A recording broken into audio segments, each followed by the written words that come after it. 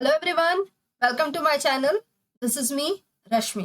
जैसा कि हम लोग इससे पहले वाली वीडियो में गांधी द महात्मा चैप्टर को कर रहे थे और उसमें हम लोगों ने उसका फर्स्ट पार्ट कंप्लीट कर लिया था और ये सेकंड और लास्ट पार्ट जो है वो इस वीडियो में हम लोग कंप्लीट करेंगे। ठीक है, तो चलिए शुरू करते हैं। तो आप यहाँ पर ये इस चित्र में देख सकते हैं, एक इनका फोटो है रविंद्रनाथ टैगोर जी का और ये महात्मा गांधी जी का, दोनों साथ में बैठे हुए हैं और ये दोनों ही जो है वो हमारे भारत के महान व्यक्ति हैं जिन्होंने हमारे देश में बहुत सारे अच्छे कार्य किए हुए हैं। ओके, आइए हम आगे देखते हैं। तो लेट्स कंटिन्यू, पढ़ना चालू करते हैं। ठीक है, तो देखिए, thoughts of love, peace and equality field Gandhi ji's work. Thought शब्द का मतलब क्या होता है? थॉट यानी विचार। थॉट यानी विचार, लव यानी प्रेम या प्यार आप कह सकते हो, पीस यानी शांति और इक्वालिटी का अर्थ होता है बराबरी या समानता। ठीक है, तो गांधी जी के वर्क यानी कार्य। ठीक है, कार्य, गांधी जी के जो कार्य थे या उनके जो विचार थे उसमें हमें उन्हें प्रेम, शांति एवं समानता की भावना देखने को मिलती है। वह सभी के लिए प्रेम, शांति एवं समानता का भाव रखते थे। ठीक है, इसी तरीके से Swami Vivekananda and Rabindranath Tagore also had similar ideas. तो स्वामी विवेकानंद और रविंद्रनाथ टैगोर में भी ठीक इसी तरह के सिमिलर का मतलब होता है समान, यानी कि जैसे विचार गांधी जी के थे ठीक वैसे ही विचार जो है वो स्वामी विवेकानंद और रविंद्रनाथ टैगोर जी के भी हैं। Swami Vivekananda wanted unity among all religions. तो स्वामी विवेकानंद क्या चाहते थे? वांटेड का मतलब होता है चाहना या उनकी क्या इच्छा थी। ठीक है, Swami Vivekananda wanted unity among all religions. Unity का अर्थ होता है एकता। ठीक है, अमंग यानी के बीच। ठीक है, अमंग का मतलब होता है AMONG, अमंग यानी के बीच। क्या चाहते थे? यूनिटी, एकता चाहते थे। किसके बीच एकता चाहते थे? All religions. रिलीजियंस का मतलब होता है धर्म, यानी कि स्वामी विवेकानंद सभी धर्मों में एकता चाहते थे। उसके बाद देखिए, he spoke about it in 1893 at Chicago. ठीक है, शिकागो में स्वामी विवेकानंद जी ने इसके बारे में बोला। स्पोक यानी बोलना। ठीक है, स्पोक यानी बोलना या बताना। ओके, स्वामी विवेकानंद जी ने इसी चीज के बारे में कि सभी धर्मों में समानता होनी चाहिए बोला। कब बोला उन्होंने? 1893 में। कहां पर? शिकागो में जो धर्म सम्मेलन हुआ था उसमें स्वामी विवेकानंद जी ने इसी विषय पर बोला था। रविंद्रनाथ टैगोर स्टार्टेड द रक्षाबंधन इन 1905। ठीक है, 1905 में, 1905 में रविंद्रनाथ टैगोर जी ने रक्षाबंधन नामक त्योहार चालू किया था। 1905 में। कब चालू किया था? 1905 में। किसने? रविंद्रनाथ टैगोर जी ने। ठीक है, ये जो फेस्टिवल है, it was a festival of brotherhood यानी भाईचारा। ठीक है, ये जो त्योहार है, फेस्टिवल यानी त्योहार, ये जो त्योहार है वो आपसी भाईचारे और एंड कम्युनल हार्मोनी। कम्युनल शब्द का अर्थ होता है सांप्रदायिक। ठीक है, कम्युनल वर्ड का मतलब होता है सांप्रदायिक और हार्मोनी का मतलब होता है सद्भाव, यानी सभी धर्मों को उनके भीतर एकता और प्रेम की भावना। ये जो रक्षाबंधन का त्योहार था वो आपसी भाईचारे और सांप्रदायिक सद्भावना का त्योहार था। इसमें सभी ने एक दूसरे को राखी या रक्षाबंधन किए बांधा था। ओके, अब देखो, दीज थ्री ग्रेट मैन कौन कौन से? एक आपके महात्मा गांधी, दूसरे रविन्द्रनाथ टैगोर और तीसरे स्वामी विवेकानंद। ये तीनों आदमी, ठीक है, हैव बिकम इमॉर्टल। इमॉर्टल का मतलब होता है अमर हो जाना, यानी जो कभी नहीं मरता है, ठीक है। Have become immortal for their thoughts and work. ये तीनों व्यक्ति, रविन्द्रनाथ टैगोर, महात्मा गांधी और स्वामी विवेकानंद, अपने विचार, थॉट यानी विचार, ठीक है, अपने विचार और वर्क्स यानी कार्य, अपने कार्य और विचार के कारण क्या है, अमर हो गए। क्योंकि हम आज भी उनको उनके विचार और कार्यों के कारण याद करते हैं, ठीक है। ये देखिए सामने, आपके सामने स्वामी विवेकानंद जी का एक पिक्चर आ गया है। ये आगे हम एक्टिविटी 5 करते हैं अब। तो the activity 5 is here, you can see. क्या बताया है, work in pairs to answer the question. ये कुछ क्वेश्चंस दिए गए हैं, इसका आंसर बताना है, ओके। तो पहले ए नंबर का आंसर देखेंगे हम लोग। देखिए क्या कह रहा है, mention the ideas that field Gandhi ji's work. उस काम को बताइए जो गांधी जी के विचारों को बताता है, उनके कार्यों में जो विचार है उसको बताता है। तो देखिए इसका आंसर क्या होगा, इसका आंसर होगा थॉट्स, ठीक है, THOTS,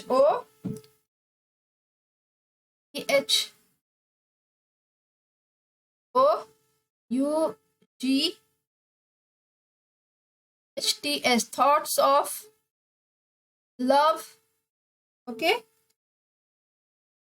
peace, PEACE, peace, and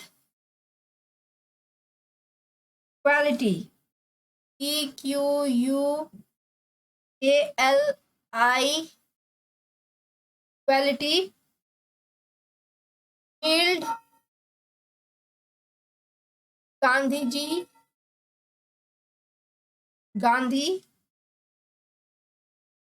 ji work, Gandhi ji work, okay. ये पहला वाला कंप्लीट। दूसरा देखिए क्या क्वेश्चन है, B number question is where did Swami Vivekananda speak about unity in all religions. कहां पर, जगह का नाम बताना है, कहां पर गांधी जी ने यूनिटी इन ऑल रिलीजियंस के बारे में बताया था। तो इसका आंसर है इन 1893 शिकागो, ठीक है, शिकागो लिखिए, इन 1893, ठीक है। हाँ, यहां लिखेंगे in 1893 at Chicago,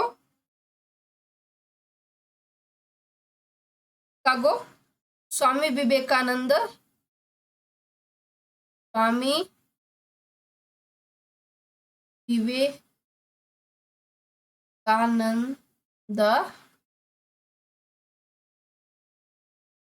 speak about unity, UNITY, unity in all religions, ठीक है। सेकेंड नंबर भी खत्म।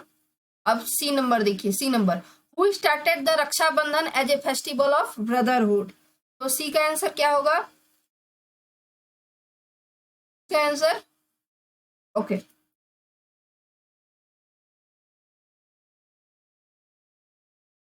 तो रविंद्रनाथ टैगोर, हु स्टार्टेड यानी किसने शुरू किया था, तो रविंद्रनाथ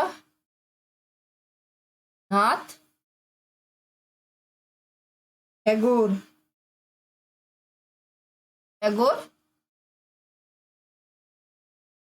started the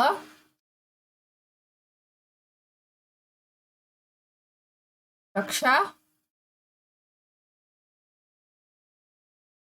बंधन as a festival, TIVAL, festival of brotherhood, ठीक है।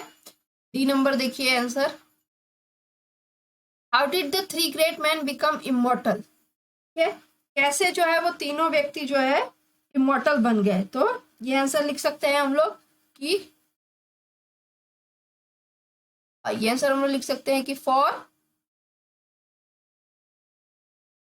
Their thoughts and work, thoughts and works, और देयर थॉट्स एंड वर्क्स यानी अपने विचारों और कार्यों के कारण द थ्री मैन, एक minute, three man become immortal. Okay, अपने विचारों के कारण जो है, अपने विचार और कार्यों के कारण ये जो तीनों व्यक्ति है वो इमोर्टल बन गए। तो यहाँ पे ये ABCD चारों जो प्रश्न है उनका उत्तर दिया गया है। आइए आगे की एक्टिविटी देखते हैं। ओके, तो अब देखिए क्या बता रहा है, बता रहा है कि नाउ यू सी दैट। अब देखो ये क्या है, फुल स्टॉप। फुल स्टॉप कब बताता है, जब कोई सेंटेंस खत्म हो जाएगा, कोई वाक्य है जब वो खत्म हो जाएगा तो उसके लास्ट में हम लोग फुल स्टॉप देते हैं। ओके, ये है कॉमा। कॉमा, कॉमा जब हम कोई वाक्य लिख रहे हैं, इसके बीच में हमें कोई छोटा सा पॉज देना है तो वहां पे हम कॉमा का यूज करते हैं। और ये है क्वेश्चन मार्क, जब हम कोई प्रश्न पूछते हैं तो उसके लास्ट में क्वेश्चन मार्क देते हैं। और ये है इन्वर्टेड कॉमास, ऐसे दो रहेगा, इसको हम लोग इन्वर्टेड कॉमा कहते हैं, जो कि जब डायरेक्ट स्पीच होता है यानी कोई बोलता है तो उसमें हम लोग यूज करते हैं। आइए इसको, इन सभी मार्क को हम लोग क्या कहते हैं, पंक्चुएशन मार्क। ठीक है, ये देखिए यहाँ पे लिखा हुआ है, all these are called punctuation marks. ठीक है, आइए एक्टिविटी 6 देखते हैं। एक्टिविटी 6 में हमको क्या करना है, कह रहा है कि insert suitable punctuation marks in the following passage. ये जो पैसेज दिया गया है इसमें जहां पर जो जो उचित पंक्चुएशन मार्क है वो लगाओ। एक तुम्हारे लिए कर दिया गया है, तो देखो यहाँ पर एक ठो कर दिया गया है, one day a man went to the market. एक दिन एक आदमी बाजार गया, तो यहाँ पर क्या किया है, फुल स्टॉप दे दिया गया है। ये एक तुम्हारे लिए कर दिया गया है। अब इसके बाद सेंटेंस पढ़ पढ़ के खुद करना है। तो देखो फुल स्टॉप हो गया, उसके बाद एक नया सेंटेंस स्टार्ट हुआ है कि he brought a box, a bat, a ball. तो जब एक ही तरह की सिमिलर चीजें होती हैं और हमको अलग अलग दिखाना होता है तो हम उसके बीच में कॉमा लगाते हैं। ठीक है, and a pen from the market, full stop हो गया। His bag was very heavy, full stop, क्योंकि ये एक सिंपल सेंटेंस है। एक सेकेंड, हाँ, यहाँ पे खाली एक फुल स्टॉप दे दीजिए। ठीक है, उसके बाद देखिए क्वेश्चन कर रहा है कि do you know that he did then, को बताया उसके बाद उसने क्या किया। तो ये क्वेश्चन है, यहाँ पे क्या होगा, क्वेश्चन मार्क होगा। ठीक है, उसके बाद देखिए he said to a horse, और उसके बाद यहाँ पे कॉमा, कॉमा होगा। ठीक है, अब क्योंकि इनडायरेक्ट स्पीच है तो यहाँ पे double inverted comma, please share my load, take pause यानी comma, it is too heavy for me, full stop. The horse, इसको हम लोग क्या करेंगे, डबल इन्वर्टेड कॉमा में लिखना स्टार्ट करेंगे। ठीक है, ये इस यहाँ पर फुल स्टॉप होगा और फुल स्टॉप के बाद जो है ये जो सेंटेंस खुला हुआ है डबल इन्वर्टेड कॉमा में चल रहा है, तो इस डबल इन्वर्टेड कॉमा को यहाँ पे बंद कर देंगे। ठीक है, या फिर एक मिनट, इसको आप यहाँ पर रुकिए, ये वाला मत कीजिए, यहाँ पे डबल इन्वर्टेड कॉमा रखिए, यहाँ पे फुल स्टॉप। ठीक है, समझ में आया, ये ऐसे करना है। इसके बाद द हॉर्स रिप्लाइड, फिर हो जाएगा comma, double inverted comma, it is your load, full stop. उसके बाद don't ask me to share it, full stop और डबल इन्वर्टेड कॉमा बंद। ठीक है, समझ में आया। तो ये राइट पंक्चुएशन मार्क है जो मैंने आपको बता दिया, इसको इस तरीके से कर लेंगे। ठीक, देखो इस फिर से एक बार बता देती हूँ, इसको कहते हैं फुल स्टॉप, इसको कहते हैं कॉमा, इसको कहते हैं क्वेश्चन मार्क, इसको कहते हैं एक्सक्लेमेटरी मार्क, और इस तरीके का जो डबल ऊपर में लगाया जाता है इसको कहते हैं इन्वर्टेड कॉमास। ठीक है, डायरेक्ट स्पीच यानी जब कोई कुछ वाक्य को बोलता है तो उसके लिए यूज किया जाता है। यहाँ पे ये मैंने दे दिया। आगे देखते हैं। तो अब ये आ रहा है WH। ठीक है, और WH क्वेश्चन, हु माने कौन, वेयर माने कहाँ, व्हेन माने कब, और विच माने कौन सा। ये सारे जो स्टार्ट हो रहे हैं वो WH से स्टार्ट हो रहे हैं। ठीक है, WH से। देखो, हु में भी WH है, वेयर में भी WH है, व्हेन में भी WH है, विच में भी WH है। ये इस्तेमाल होता है क्वेश्चन के लिए। WH हमेशा स्टार्ट होता है क्वेश्चन के लिए। तो हु का मतलब होता है, हु माने कौन। क्वेश्चन देखो, हु आर यू, कौन हो तुम, तो उसका आंसर आया है आई एम बीना, मैं बीना हूं। वेयर माने कहाँ, वेयर डू यू लिव, कहाँ रहती हो, तो उत्तर क्या आया है, आई लिव इन कोलकाता, मैं कोलकाता में रहती हूँ। उसके बाद देखो फिर क्वेश्चन है व्हेन माने कब, when do you have your breakfast, कब तुमने अपना ब्रेकफास्ट यानी नाश्ता किया।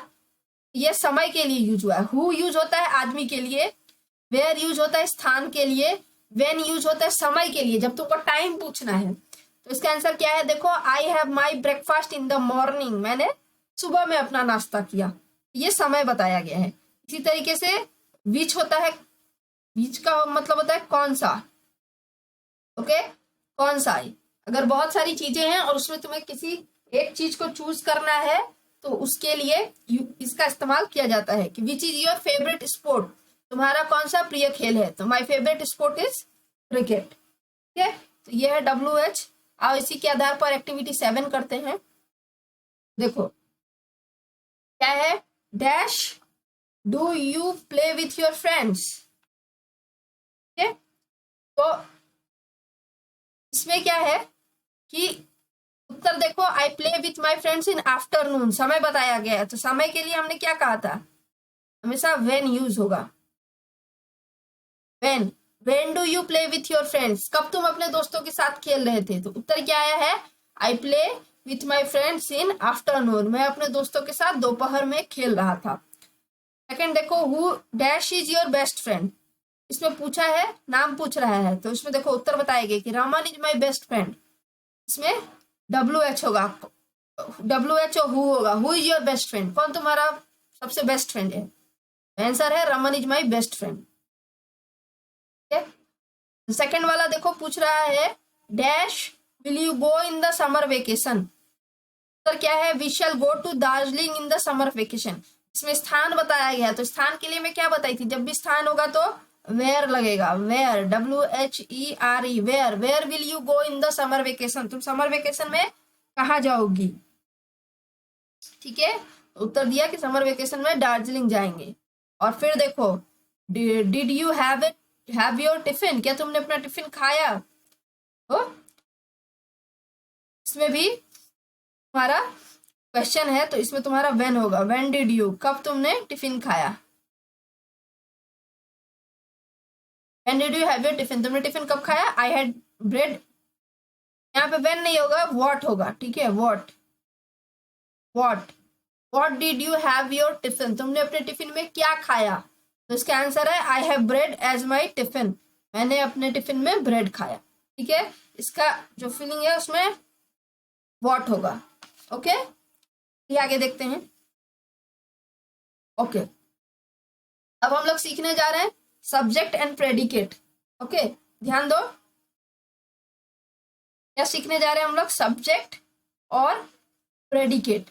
कोई भी जब सेंटेंस स्टार्ट होता है तो उसमें जो सेंटेंस में जो कर्ता होता है, कर्ता यानी काम करने वाला, जो काम करता है, ठीक है, उसे हम लोग सब्जेक्ट कहते हैं, और बाद बाकी जो उसका प्रभाव होता है या रिमेनिंग जो पार्ट होता है उसको हम लोग प्रेडिकेट कहते हैं किसी भी सेंटेंस में। तो यहाँ पे भी देखो दिया गया है सेंटेंस, इसको दो भागों में बांट दिया गया है, सब्जेक्ट है, प्रेडिकेट है। ठीक है, सब्जेक्ट, इसमें हर वाक्य में सब्जेक्ट है, प्रेडिकेट है, सब्जेक्ट है, प्रेडिकेट है, सब्जेक्ट है, प्रेडिकेट।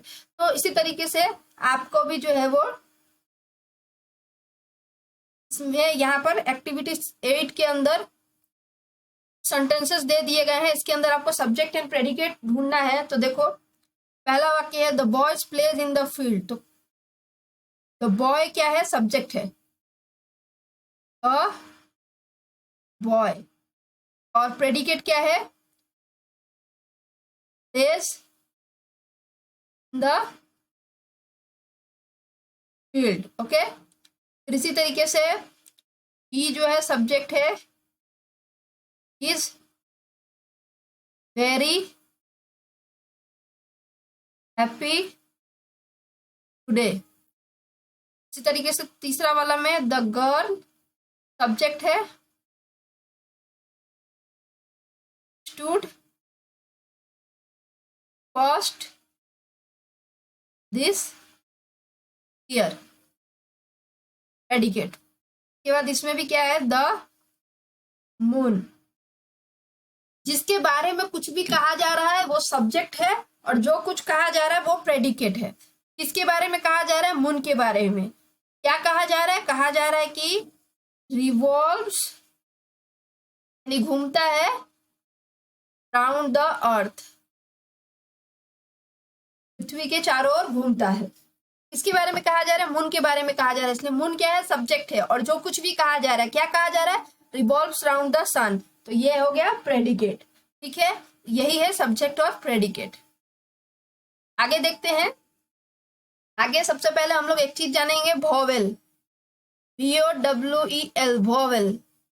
ठीक है, इंग्लिश में 26 अल्फाबेट होते हैं, उसमें से A, E, I, O, U, ये पांचों को हम लोग वोवेल कहते हैं। ठीक है, और बाद बाकी जितने भी हैं वो सारे कहलाते हैं कॉन्सोनेंट, कॉन्सोनेंट। ठीक है, इसको ध्यान से समझ लो। वोवेल, ये जो पांचों होते हैं वो वोवेल कहलाते हैं, और बाद बाकी जो बच जाते हैं वो सारे कॉन्सोनेंट कहलाते हैं। तो कोई भी अगर वर्ड है वो स्टार्ट होता है वोवेल से। ठीक है, कोई भी वर्ड है अगर वो स्टार्ट होता है वोवेल से तो उसके आगे हमेशा एन लगता है। जैसे यहाँ पे एक देखो एप्पल लिखा हुआ है, एप्पल, तो इसका ये जो पहला अक्षर है ये किससे स्टार्ट हुआ है, वोवेल से। देखो तो इसके आगे हमेशा क्या लगेगा, एन लगेगा। इसी तरीके से देखो बॉय है, बॉय का ये बी है, ये वोवेल नहीं है, AEIOU में नहीं आता है, तो ये क्या है, एक कॉन्सोनेंट है। तो जब भी कॉन्सोनेंट से कोई भी वर्ड स्टार्ट होगा तो उसके आगे ए लगता है। समझ गए? ठीक है, इसी तरीके से मान लो यहाँ पे और दिखाती हूँ तुमको। देखो यहाँ पे एग्जाम्पल्स भी दिए हुए हैं, जैसे सी है, कॉन्सोनेंट है तो ए लगाया गया है, आई है, इंक पॉट, तो एन लगाया गया है। ये ए और एन है, इसको हम लोग यूज ऑफ आर्टिकल कहते हैं। यहाँ पर इसी आधार पे तुमको कुछ ए और एन यूज लगाने को दिया गया है। यहाँ पे हमको क्या ध्यान रखना है, यहाँ पे हमको ध्यान रखना है वोवेल के बारे में, VOWEL, वोवेल। वोवेल कौन कौन सा है, AEIOU।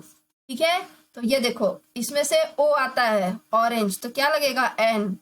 जी वोवेल नहीं है तो ए। ठीक है, इसी तरीके से मैन में एम है कॉन्सोनेंट, ए, आइसक्रीम में आई होता है वोवेल, एयरशिप में ए वोवेल होता है, लेक में एल जो होता है वो कॉन्सोनेंट होता है, अम्ब्रेला में यू जो होता है वो वोवेल होता है, और क्रिकेट में सी जो होता है वो कॉन्सोनेंट होता है। सिंपल है, वोवेल से अगर कोई वर्ड स्टार्ट होगा तो उसके आगे एन लगेगा, कॉन्सोनेंट से कोई वर्ड स्टार्ट होगा तो उसके आगे ए लगेगा।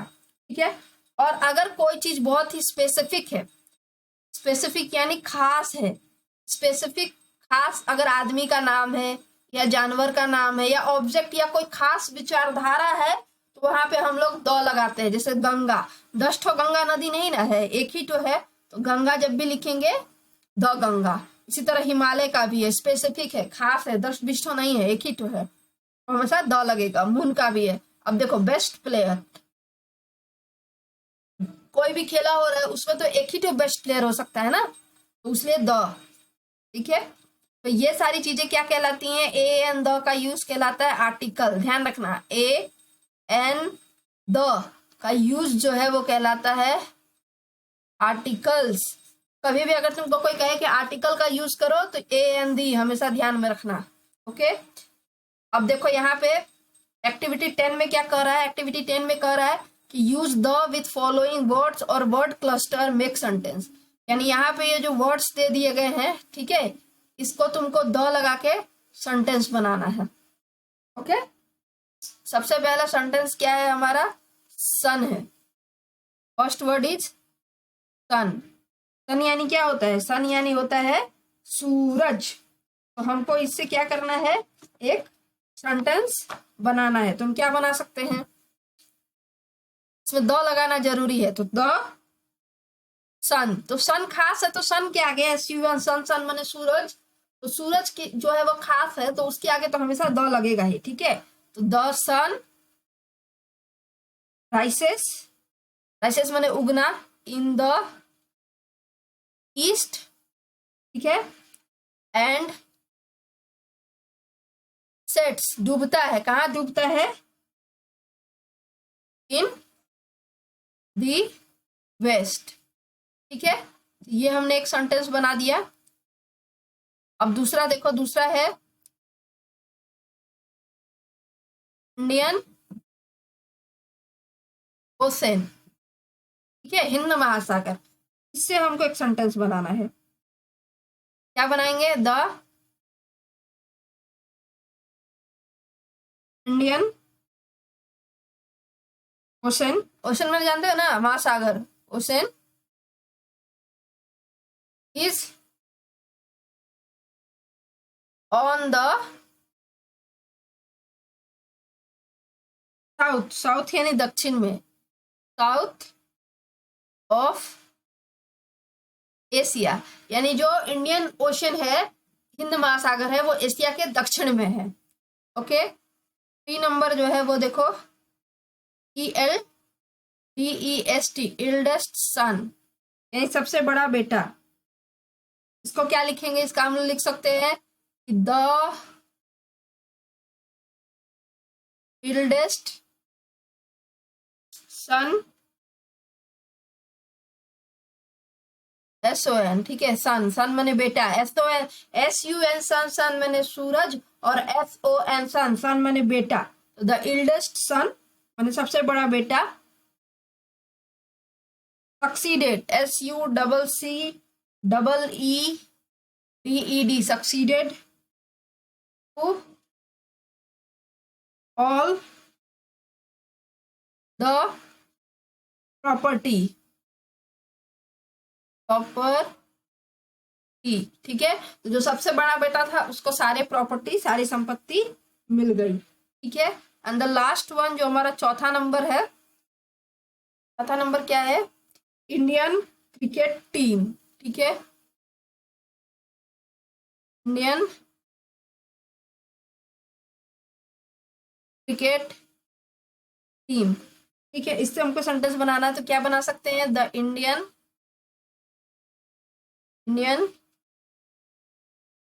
क्रिकेट टीम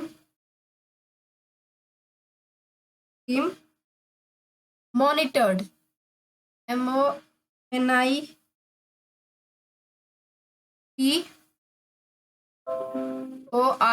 मॉनिटर्ड, ठीक है, सेकंड था मॉनिटर्ड बाय दी BCCI। तो ये क्या है कि इंडियन क्रिकेट टीम को कौन देख रेख करता है, BCCI, ठीक है। ये तुम्हारा जो वर्ड दिया गया था सेंटेंस, उससे हम लोगों ने इसका सेंटेंस बना दिया। ओके, आगे देखते हैं। ओके, तो आगे क्या कह रहा है कि आर्टिकल से, सुटेबल आर्टिकल से ये गैप भरो। हमने आर्टिकल में क्या जाना था, ए होता है, एन होता है और द होता है, 3 चीजें होती हैं। तो हमको सुटेबल आर्टिकल भरना है। तो देखो, India won the cricket world cup, क्यों, क्योंकि बहुत ही खास क्रिकेट वर्ल्ड कप था, for the second time in 2011, it was a moment, ठीक है, क्योंकि एक क्षण के बारे में बता रहा है। A moment of triumph and क्योंकि ये देखो ये वॉवेल है, ठीक है।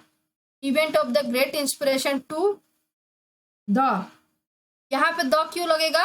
क्योंकि ये खास बता रहा है, भारत के युवाओं के बारे में बता रहा है, जनरली नहीं बता रहा है, स्पेशली बता रहा है कि खासकर भारतीय युवाओं के लिए ये एक इंस्पिरेशन था, प्रेरणा था, इसलिए यहाँ पे द लगेगा, ठीक है। और उसके बाद फिर द लगेगा कि द, क्योंकि ये फुल स्टॉप है, तो फुल स्टॉप के बाद जब हम स्टार्ट करते हैं तो कैपिटल लेटर होता है, तो the member of team India were held as a national hero. तो इसमें भी खास स्पेसिफिक बता रहा है कि भारत क्रिकेट के जो मेंबर थे उन लोगों को हीरो बनाया गया, तो ये जो है इसलिए यहाँ पे द का यूज होगा, ठीक है। एक्टिविटी 12 देखते हैं। कह रहा है कि let's write 4 sentence about a great man, एक महान आदमी के बारे में 4 वाक्य लिखो।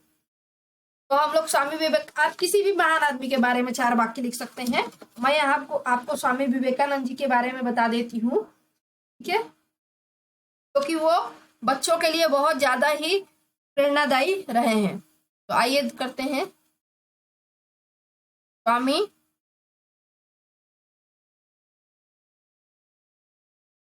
Vivekananda was born on 12th January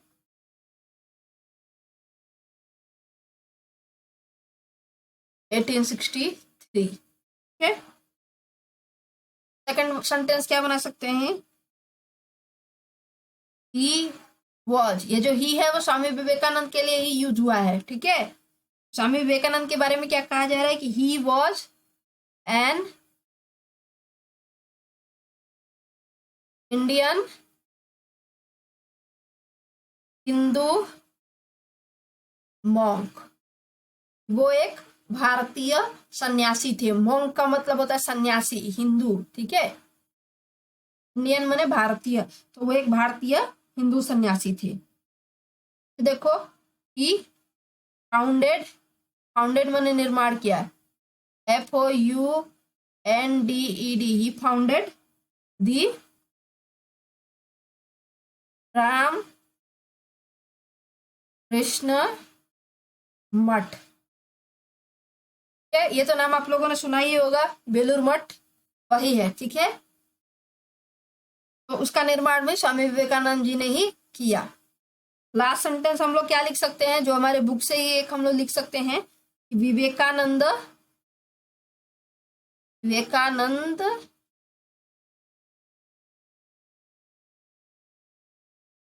wanted, क्या चाहते थे वो?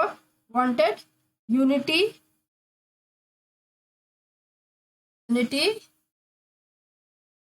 among all, एक मिनट, RELIGIONS रिलीजियंस। तो ये यहाँ पर आपका 4 सेंटेंस हमने लिख दिया, ठीक है। आप किसी के बारे में भी लिख सकते हैं, किसी भी महान व्यक्ति के बारे में आप लिख सकते हैं। तो इसी के साथ ये इस चैप्टर का पूरा जो है वो एक्टिविटी खत्म हो गया है, ठीक है। अब हम लोग अगले वाले वीडियो में अपना जो सेकंड चैप्टर है उसको करेंगे, ठीक है। Thank you everyone.